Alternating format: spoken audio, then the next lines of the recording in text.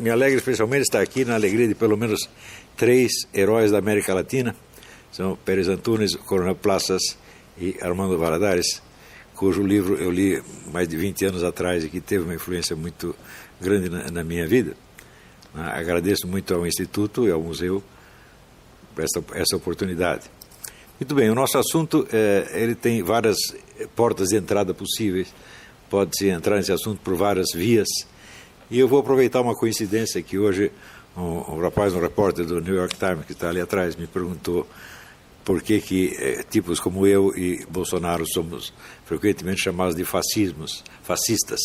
Né? Então vamos entrar pelo lado do fascismo. Qual é a origem do fascismo? O fascismo começa por volta de 1910, com uma discussão interna no movimento socialista italiano e com, vamos dizer, uma cisão do movimento socialista baseada na teoria enunciada por 2 grandes teóricos do fascismo que se chamam Enrico Corradini e Alfredo Rocco. Alfredo Rocco, que, se bem me lembro, depois veio a ser ministro do governo Mussolini. E eles tinham uma teoria de que o sujeito agente, a força principal da Revolução Mundial, não podia ser a classe proletária, e aliás não podia ser nenhuma classe social, porque as classes sociais estavam condicionadas e circunscritas aos seus países de origem. Não havia, por exemplo, um proletário internacional. Proletário internacional era apenas uma maneira de dizer, mas se o proletário italiano saísse dali e fosse para a Alemanha, ele não seria um proletário na Alemanha, ele seria um mendigo. Então, a condição de proletário é uma condição nacional. Então eles pensavam, se queremos uma revolução mundial, o sujeito ativo dessa revolução não pode ser a classe proletária, não pode ser nenhuma classe. Somente a nação pode ser o agente da revolução mundial. Então a ideia, vamos dizer, de nações revolucionárias, ou seja, nações proletárias contra nações burguesas, ou nações exploradas contra nações exploradoras, esta foi a origem do fascismo. Se vocês observarem bem, vocês verão que depois da Segunda Guerra, esta estratégia foi adotada por todo o movimento comunista mundial. O movimento terceiro-mundista criado por Stalin não é nada mais do que isto. Se pegamos a história do Partido Comunista Brasileiro, por exemplo, vocês verão que a partir da Segunda Guerra, já na época do governo Getúlio Vargas, a estratégia era a aliança entre o proletariado e a burguesia nacional contra o imperialismo. Então, é a nação proletária contra a nação capitalista imperialista. Isso foi adotado em todo o mundo.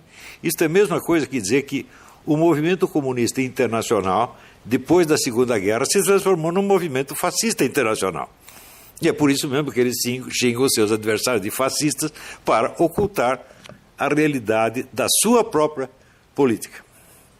Muito bem, se pegamos desde o início do movimento comunista com Karl Marx, nós veremos que sempre todo o mal e a violência, a criminalidade que estavam intrinsecamente associados a esse movimento eram justificados em função de fins a que essa violência, esse mal deveriam servir, de maneira que o mal serviria ao bem.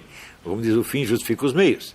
Então, por exemplo, a Revolução Proletária, com todo o sangue que derramasse, como derramou na Rússia e em outros lugares, se justificaria em função de um futuro de liberdade e prosperidade para o proletariado. Isso jamais se realizou, evidentemente. Como jamais se realizou, então foi preciso mudar o discurso. Passamos da revolução proletária para a revolução das nações exploradas contra as nações exploradoras. Porém, isto também não se realizou.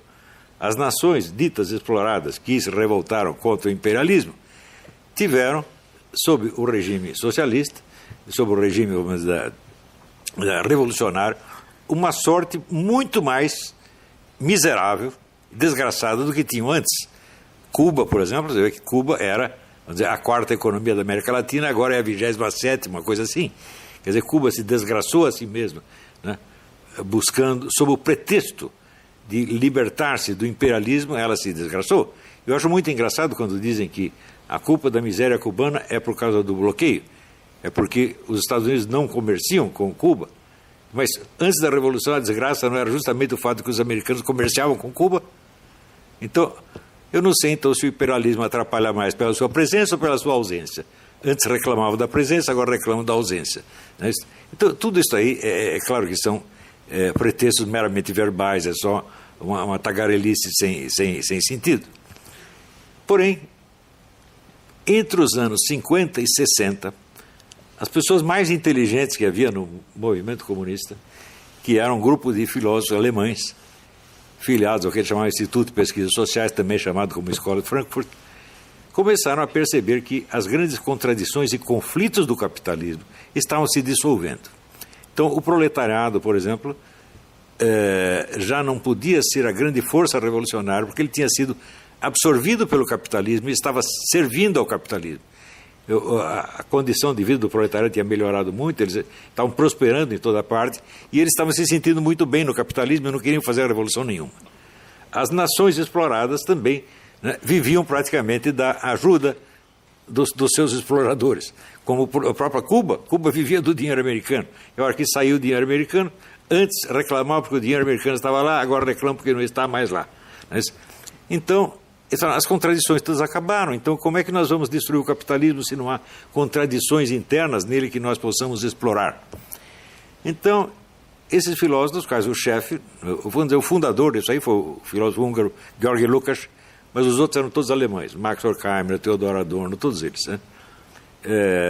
Então, eles formularam o problema assim: já que no capitalismo não há mais contradições econômicas que nós possamos explorar, e entre as nações ricas e pobres também já não há aquela contradição que havia antes, o que nós podemos explorar como mecanismo destruidor do capitalismo?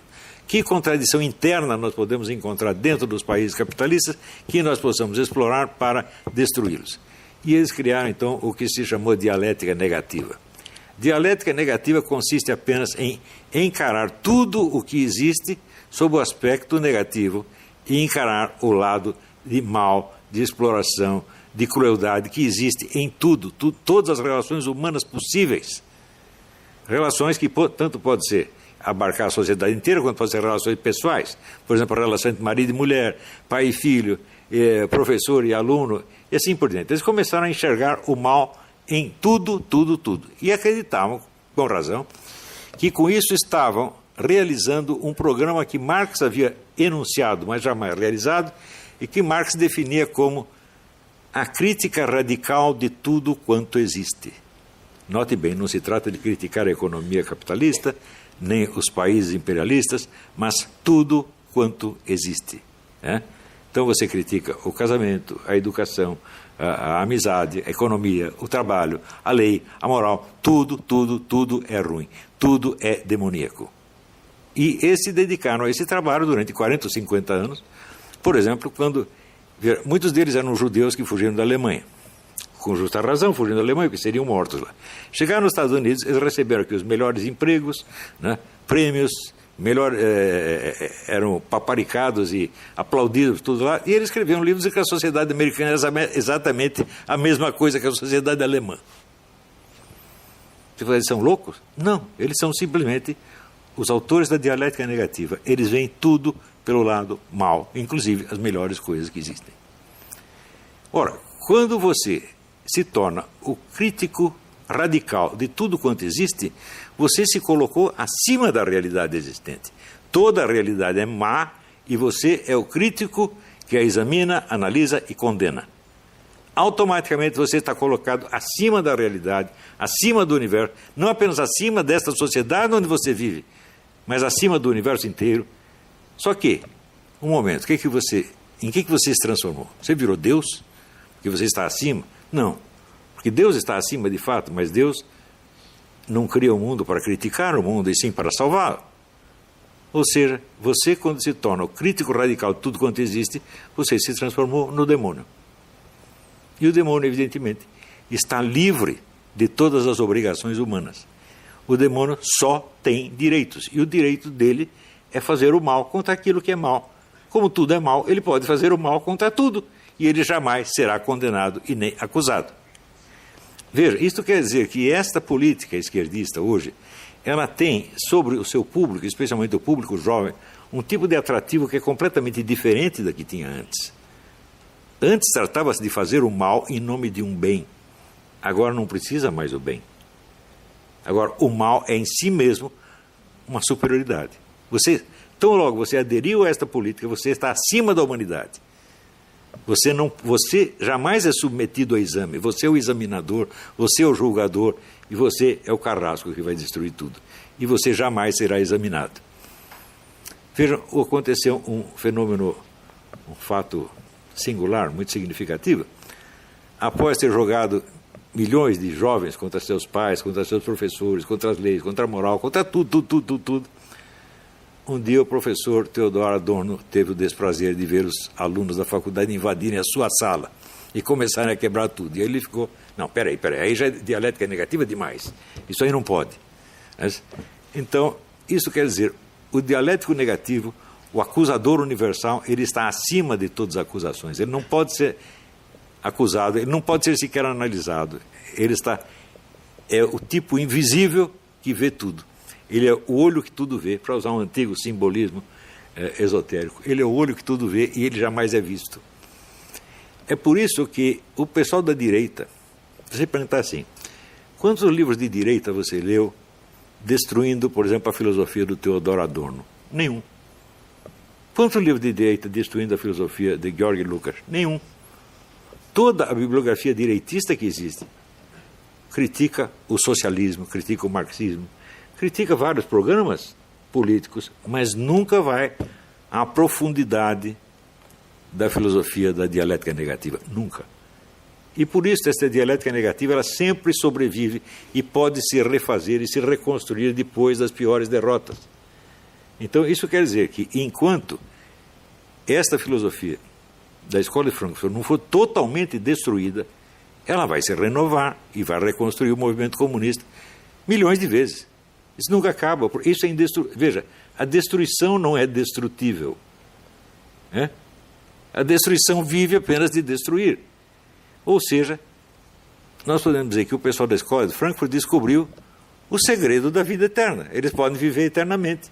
É só viver da destruição e jamais propor nada positivo. Quando propor alguma coisa, propõe sob o nome de positivo algo negativo. Por exemplo, operar crianças de 5 anos, um menino de 5 anos que diz que é menina, você já manda operá-lo. Ela corta o órgão sexual dele e pronto, virou menino.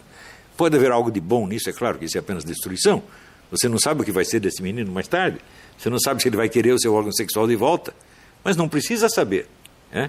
Como é a destruição, e a destruição é sempre positiva, vamos em frente. E assim por diante. Quando você propõe... Um momentinho, deixa eu tomar uma água.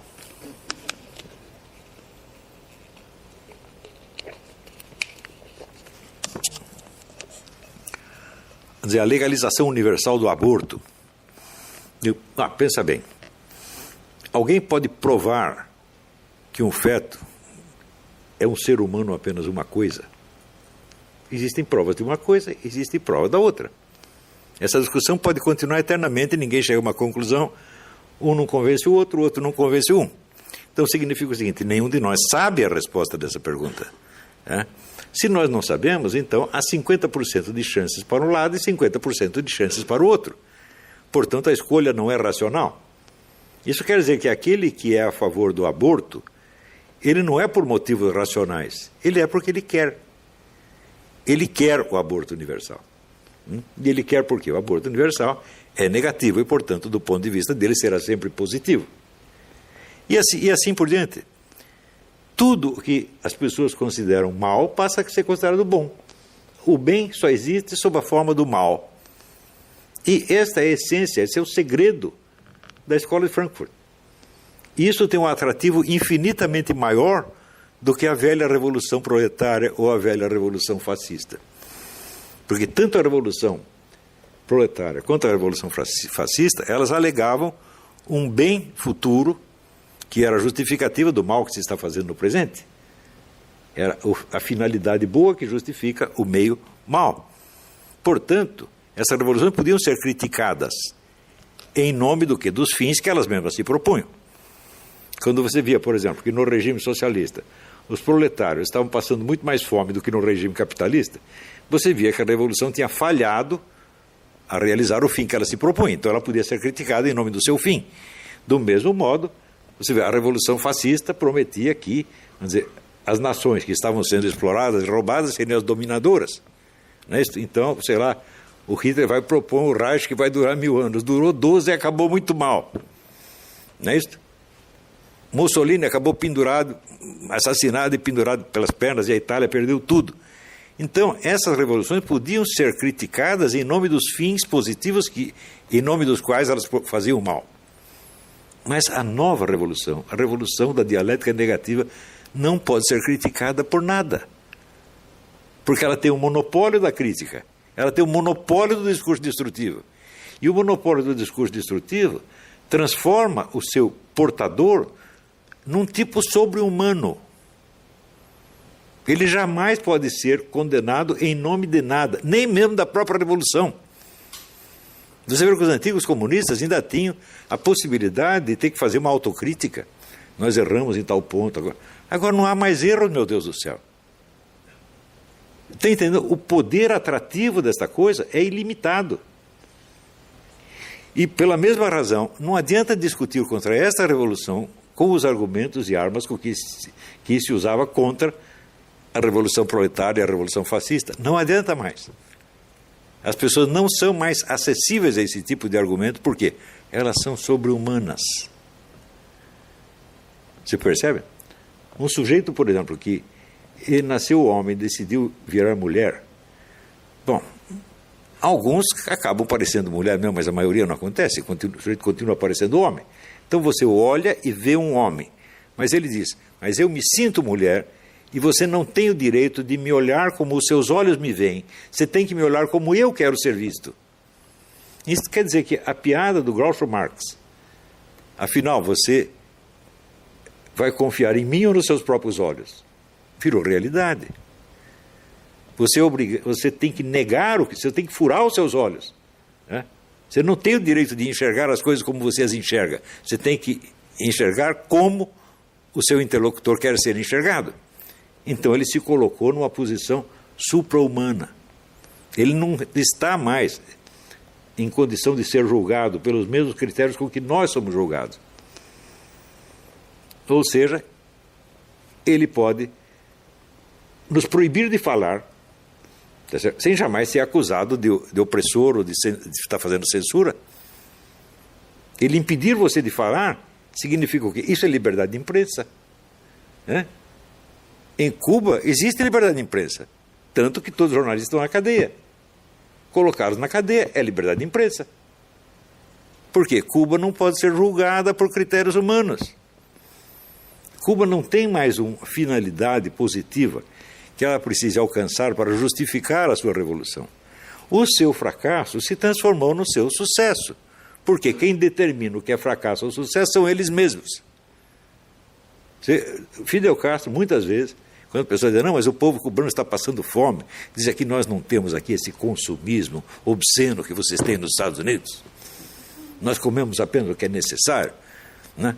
Vocês comem 2 bifes todos os dias, nós comemos 1 bife por ano. E estou muito orgulhoso disso. Né? Ou seja, o fracasso se torna um sucesso. Por quê? Porque o mal se tornou bem. E todo o bem que existe... Me diga uma coisa, existe algum bem humano que seja absoluto? Não. Nós somos apenas humanos, nós não somos Deus.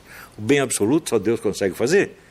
Tudo que nós fazemos, nós dizemos assim, o bem predomina. Mas não quer dizer que ele seja 100%. Ele é, digamos, 90%, 80%. E nós nos satisfazemos com isso. Mas eles, onde houver 10% de mal, eles vão dizer que é tudo mal. E esse pequeno mal, ele está presente em tudo. Então, é tipo de, vamos dizer, falácia filosófica que se enuncia da maneira seguinte: tudo é tal coisa. Por exemplo, se você disser, tudo é energia. Eu digo, bom, existe algum fenômeno onde a energia esteja ausente? Não, ela tem que estar presente em tudo. Ou seja, tudo é sexo. Existe alguma ação humana que não tem nenhum elemento sexual? Fala, bom, pelo menos o agente vai ter que ser o homem ou a mulher, uma terceira coisa.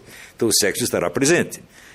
Ou tudo é a lei da gravidade. Bom, a lei da gravidade jamais vai estar ausente. Então, todo fator que está presente em todos os fenômenos não pode ser causa de nenhum deles.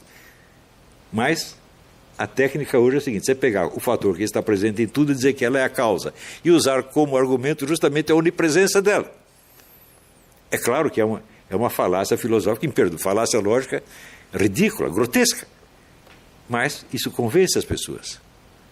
Então,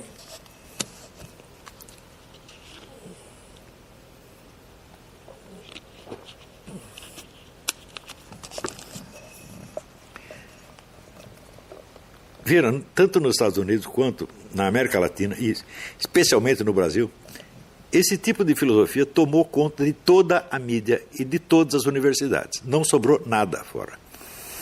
No Brasil, eu assisti a esse fenômeno, porque a partir dos anos 60, logo após a ditadura militar, os comunistas, vendo que tinham sido derrotados, expulsos do campo eleitoral político, decidiram usar a estratégia do Antônio Gramsci, que era da Revolução Cultural. Fazer a Revolução Cultural primeiro, a Revolução Política depois. Então, tem que tomar a mídia, as editoras, as universidades, etc., etc., lentamente, devagarinho, e sem dizer que é propaganda socialista, porque o objetivo do Antônio Gramsci, ele mesmo definiu assim: nós vamos fazer com que todos sejam socialistas sem saber. Então, é por isso que eu fui muito contra a campanha que conservadores e liberais brasileiros faziam contra a doutrinação comunista. Quer dizer, não tem doutrinação nenhuma, meu Deus do céu. Eles estão induzindo as pessoas a ser socialistas sem tê-las doutrinado jamais. Eu vou lhe dar um exemplo de como se usava. Usava geralmente modificações comportamentais que não passavam pela esfera da opinião e das ideias. Houve, por exemplo, um professor na Suécia que fez um experimento que foi muito louvado no Brasil pelo diretor de teatro Gerald Thomas. Ele pegou os seus alunos e disse: vocês, durante esse fim de semana, vocês vão fazer um experimento de sexo oral com o seu colega aí do lado. Vocês vão chupar o membro dele e, quando ele ejacular, vocês vão engolir. E na segunda-feira vocês trazem um relatório científico do que se passou. Muito bem, quase todos disseram que foi bom. Por quê? Existem já pesquisas em psicologia que mostram que sempre que você faz uma pessoa agir contra os seus princípios, em 82%, 83% dos casos eles mudam de princípios, para não dizer que fizeram uma tremenda asneira. Então, quer dizer, até aquele dia ninguém tinha pensado em fazer sexo oral com o vizinho, a partir de segunda-feira todos começaram a pensar. Isto é doutrinação? Não, o professor não fez doutrina nenhuma, não os convenceu de nada, apenas sugeriu que fizesse uma experiência inocentemente. E é assim que se faz. Há um livro do Pascal Bernardin, que se chama... Pascal Bernardin é um professor de ginásio francês.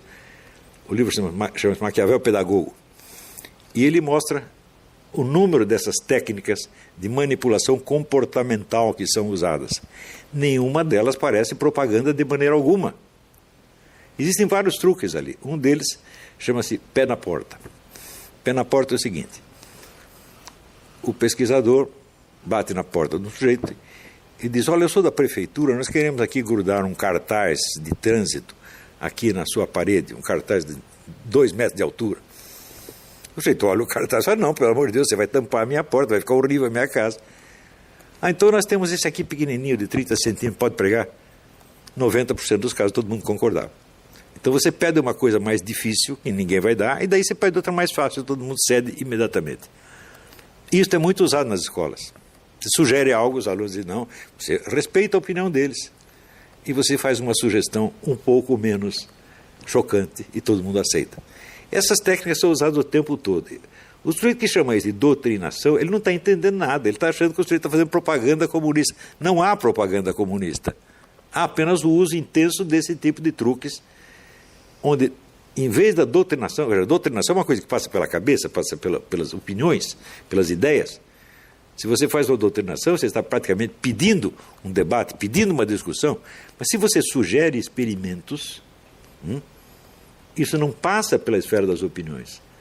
Você muda a conduta diretamente, sem passar pela máquina opinante que tem na cabeça de cada um. Isso significa o domínio total da mente do aluno.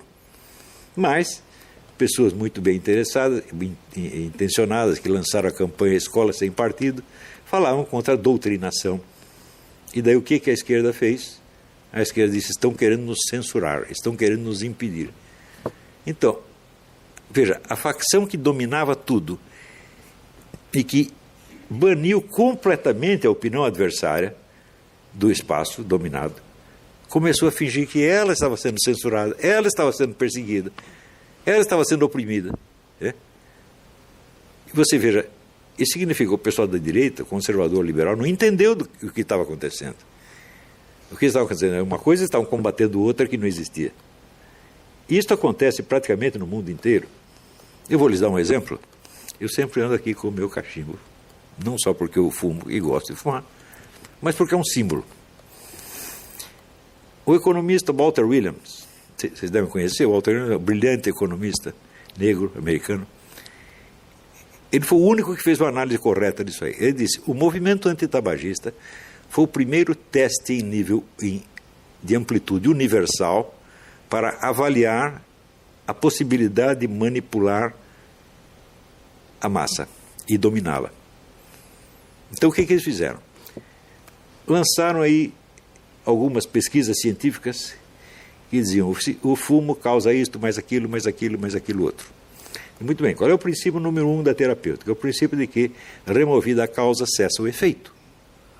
Hoje, o número de fumantes nos Estados Unidos diminuiu para 1/3, mas as doenças pulmonares e cardíacas não diminuíram nem um único caso. Não interessa. Agora o antitabagismo já venceu. Todo lugar que você vai tem o cartaz. Ambiente smoke free. Primeira vez que eu vi isso vai fazer o quê? 15 anos atrás. Acho que eu fui no Hudson Institute, uma dessas organizações conservadoras americanas. Eu fui lá fazer uma conferência, quando cheguei, vi o cartazinho, olhei aquilo e falei, você já perdeu na briga. Porque quando você permite que a autoridade governante policie os seus hábitos policiais, pessoais, você já perdeu tudo. Depois você quer preservar algumas liberdades políticas, não interessa se você não tem a liberdade pessoal, a liberdade concreta de fazer o que você gosta, você já entregou tudo, meu Deus do céu, já está derrotado. E, curiosamente, o único analista social que percebeu isso foi o Walter Williams. Esse artigo eu guardei, é brilhantíssimo. Se vocês quiserem, depois eu mando cópia para vocês. Então, é assim que se faz. E o que é que o tabagismo tem a ver com política? Nada, aparentemente nada, é a coisa mais inocente do mundo. E uma grande parte da opinião pública conservadora, especialmente das religiões católica e protestante, aplaudiram, falaram, não, fumar é mesmo obsceno, nós temos que proibir, etc, etc, sem perceber o dano que eles estavam fazendo à liberdade pública com isto. Quer dizer, impuseram a sua opinião, tornando-a legalmente obrigatória para todos. Na democracia não se faz isso, isso não é democracia de jeito nenhum. Mas assim como o tabagismo, muitas outras coisas. Hoje começa a ser proibido ser homem, ser um macho. Ser um macho é obsceno. Já repararam nisso? Todos nós temos que nos efeminar para não ofender as pessoas do lado. Você é muito macho, o outro que não é tanto se sente ofendido, coitadinho. Não é isso? E assim por diante. Não é isso? Você ser mãe. Não é isso? Então, hoje em dia, você pode ver um homem vestido de mulher, não é isso? Seminu, fazendo sexo na rua com outro, você pode, mas se uma mulher dá de mamar ao seu bebê na rua, ela pode ser presa. Porque ser mãe é obsceno. Vocês perceberam? Começou com esta coisa, vamos proibir isto. Cheira mal, eu não gosto. Vamos proibir. Se você permite que o governo vá proibindo essas coisas, nunca mais para. E nada disso foi feito com discussões políticas, não houve doutrinação alguma. Leiam o livro do Pascal Bernardin, que chama Maquiavel Pedagogo. Foi publicado em francês, existe uma tradução brasileira, talvez exista uma tradução espanhola também, não sei. Uma tradução americana, acho que existe também. Pascal Bernardin, Maquiavel Pedagogo. Então, isso significa que esta mentalidade, a dialética negativa, que conquista as almas não pela promessa de um bem futuro, mas pela promessa de uma condição sobre-humana imediata. Você está livre de todas as obrigações. Você não pode ser examinado, você não pode ser cobrado, você não pode ser analisado. Você é o olho que tudo vê e nunca é visto. Toda esta juventude está com esta mentalidade. Viraram demônios, meu Deus do céu. Então a discussão não é mais política, ela passou para um outro nível. Não é isso? E por isso é que você vê fenômenos como esse da Argentina. Quer dizer, um governo totalmente fracassado é reeleito, obtém sucesso. Por quê? Porque é isso que ele vai dar para as pessoas. Ele vai transformá-las em seres sobre-humanos. Vai liberar de todas as obrigações humanas e entregar para eles um instrumento de ação com os quais eles podem oprimir, assustar, maltratar e matar a quem eles quiserem. Isso é muito mais sedutor do que a antiga utopia socialista. A utopia socialista era para o futuro, né? A presente geração vai se sacrificar, nós vamos morrer, né? Mas um dia teremos o paraíso socialista.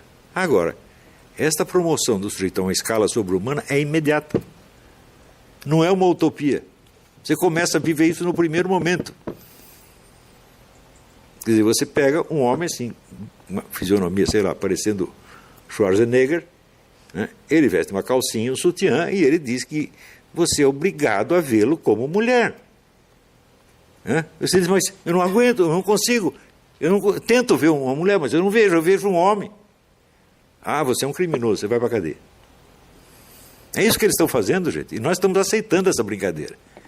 Porque não percebemos a profundidade, vamos dizer, do impulso diabólico desses homens da Escola de Frankfurt. De como é possível o sujeito sai da Alemanha nazista onde iriam matá-lo. Ele vem para um país onde é o contrário, ele tem liberdade, tem bom emprego, todo mundo trata bem, e ele diz que é a mesma coisa. Quer dizer, é uma ingratidão absolutamente demoníaca. Você não percebe a diferença da Alemanha nazista, dos Estados Unidos e a democracia americana, o que há? E ele diz isso não é num artiguinho de jornal, ele escreveu um livro desse tamanho, chamado Personalidade Autoritária, não está lá, segundo ele, está demonstrado que a sociedade americana é igualzinha à sociedade nazista. Então por que você saiu de lá e veio para cá? Por que você não ficou lá mesmo? Ou seja, isto é o que eu chamei de paralaxe cognitiva. Paralaxe cognitiva é um deslocamento total entre o eixo da construção teórica do filósofo e o eixo da sua experiência real. Ou seja, o que ele está descrevendo, o que ele está dizendo, desmente flagrantemente a experiência real dele. E isso é uma coisa que existe, vamos dizer, é um mal permanente do pensamento ocidental nos últimos 4 ou 5 séculos. Né? Eu dou exemplo, por exemplo, Karl Marx, o próprio Karl Marx é um exemplo disso, onde ele diz que todas as classes sociais têm uma visão deformada da história. Por quê? Elas têm interesses em jogo e a sua visão das coisas é deformada pelo seu interesse oculto. Exceto o proletariado. O proletariado não tem interesses especiais, os interesses deles coincidem com os da humanidade inteira, então o proletariado é a única classe que pode ter uma visão objetiva da realidade histórica. E em seguida, ele, Karl Marx, que não só não era um proletário, mas nunca tinha visto um proletário, escreve a visão objetiva das coisas segundo a visão proletária. Eu digo, mas espera aí, mas a sua existência é o desmentido da sua teoria. A sua existência demonstra, quer dizer, se a visão proletária é a verdade, é a realidade, a sua existência demonstra que um burguês pode ver a realidade tão bem quanto um proletário. E você acaba dizendo que ele não pode. Ou seja, a mesma coisa que escrever, eu, Karl Marx, não consigo escrever este livro. Mas você escreveu. Então, isso não é hipocrisia. Isso não é nem falsidade, isso é um outro fenômeno que eu chamei de paralaxe cognitiva. Se fosse hipocrisia, ele estaria consciente do que ele está fazendo. Mas ele escreve isso com total inocência. Ele não percebe que sua vida é um desmentido da sua obra, que a sua experiência real diz o contrário do que ele está dizendo em palavras. E hoje é claro que este pessoal da Escola de Frankfurt, todos eles padecem de paralaxe cognitiva. Porque a premissa número 1 da dialética negativa é o seguinte: eu, o autor da dialética negativa, jamais serei submetido a ela. Eu, o autor, né, da análise pejorativa, jamais serei objeto de análise pejorativa. Porque se for, você está liquidado na mesma hora. Se você pegar, por exemplo, né, Max Horkheimer era o presidente, foi o presidente da Escola de Frankfurt durante muito tempo. Ele era um homem milionário, e os empregados da escola ele pagavam salário de fome. Ou seja, ele era um capitalista mais explorador que qualquer capitalista. E ele não via nenhum problema nisso aí. Ele não fez isso de maldade, nem de hipocrisia. Ele fez porque era natural nele fazer assim. Era natural a ideia de que ele jamais seria objeto de dialética negativa. Do mesmo modo, Teodoro Adorno e outros tantos. A influência que essa escola teve na América, e sobretudo no Brasil, é imensurável. E ela é imensurável por quê? Porque ela tem um atrativo hipnótico muito maior do que o capitalismo ou o fascismo. Veja, Karl Marx, Lenin, Mussolini, Hitler jamais conseguiram angariar tantos adeptos tão facilmente. Veja, se você pega os livros de Max Horkheimer, Teodoro, são livros dificílimos de ler. De como é que isso ganha tantos adeptos? Porque você não precisa ler, meu filho. É só você aceitar uma proposta deles, você já está transfigurado no analista e condenador da humanidade. E você está livre de todas as exigências. Ninguém pode cobrar nada de você. Então você tem milhões de idiotas que viraram julgadores da humanidade. Eles estão sentados como é que se diz, numa mesa de juiz, colocam a humanidade ali no banco dos réus e condenam e pronto, acabou. E ninguém se lembra de fazer o mesmo com eles. Por quê? Porque a tradição de análise, tradição de discussão dos liberais e conservadores vem do mundo anglo-saxônico e eles entendem tudo como se fosse uma disputa entre o Partido Conservador e o Partido Trabalhista britânico.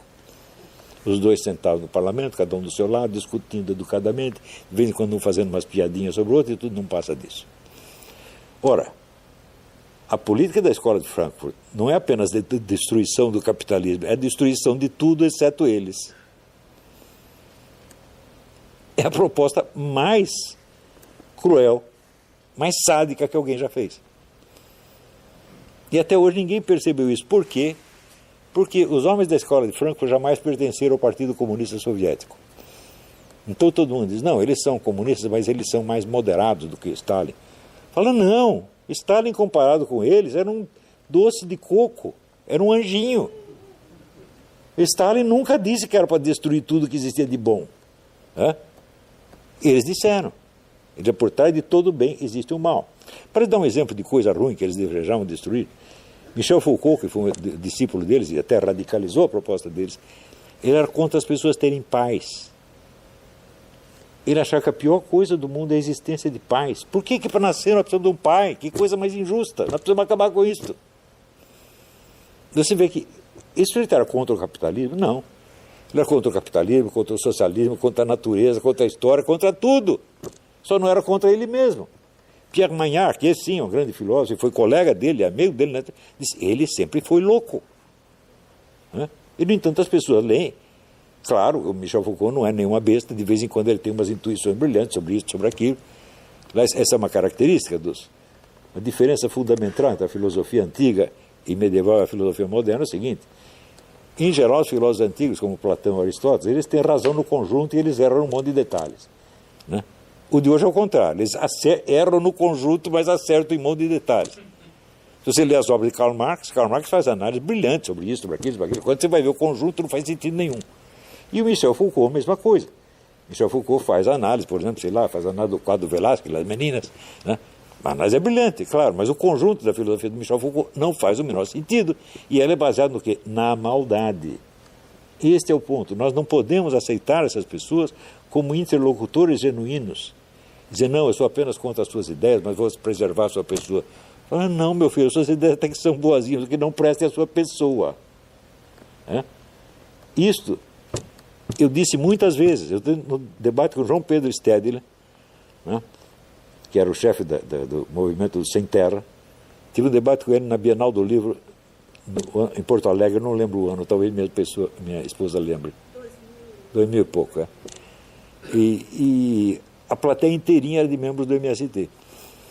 E eu falei para eles, olha, eu não sou totalmente contra a sua proposta, a reforma agrária, eu não sou contra essa porcaria do seu líder, esse homem não presta. Eles ficaram assustadíssimos, E daí começaram a vaiar para não poder falar. Peguei o microfone e disse, cala a boca! Todo mundo ficou quietinho. Porque eu conheço a fraqueza dessa gente. Eles são maus para esconder a sua profunda fraqueza. A crueldade deles expressa o medo que eles têm de existir e de assumir a responsabilidade da existência adulta. Eles não querem isso. Eles nunca chegam à maturidade e não querem. Eles querem continuar brincando de que eles são os julgadores da humanidade. Todo o Foro São Paulo é baseado nisso, e por isso ele faz sucesso. E por isso, quantas derrotas ele sofra politicamente, ele vai se refazer. Então, o professor Sánchez tem toda a razão. Nós não podemos ser os antagonistas do Foro de São Paulo. Nós temos que destruir o Foro de São Paulo. Destruir para que isso nunca mais se levante, para que ninguém... Veja, hoje em dia o nazismo não é proibido. O comunismo também tem que ser. O Foro de São Paulo também tem que ser. Isso não é política, isso é crime. Os sujeito chegam, nós temos que matar todos os judeus. Isso é política? Não, isso não é política, isso é crime. Nós não podemos... vamos discutir aqui, educadamente. Devemos matar os judeuzinhos, sim ou não? Você acha que tem sentido uma discussão dessa? Não tem nada. Cala a boca, burro, põe na cadeia, tampa sua boca com uma rolha. Isso se não condenar à morte logo. Nós não podemos aceitar mais a existência dessas coisas. Não podemos aceitar, vamos dizer, a ideologia criminosa como se fosse uma proposta política. Isso não é uma proposta política. Isso é psicopatia. Isso é crime. Então, esta aí é a minha conclusão. Muito obrigado pela sua atenção.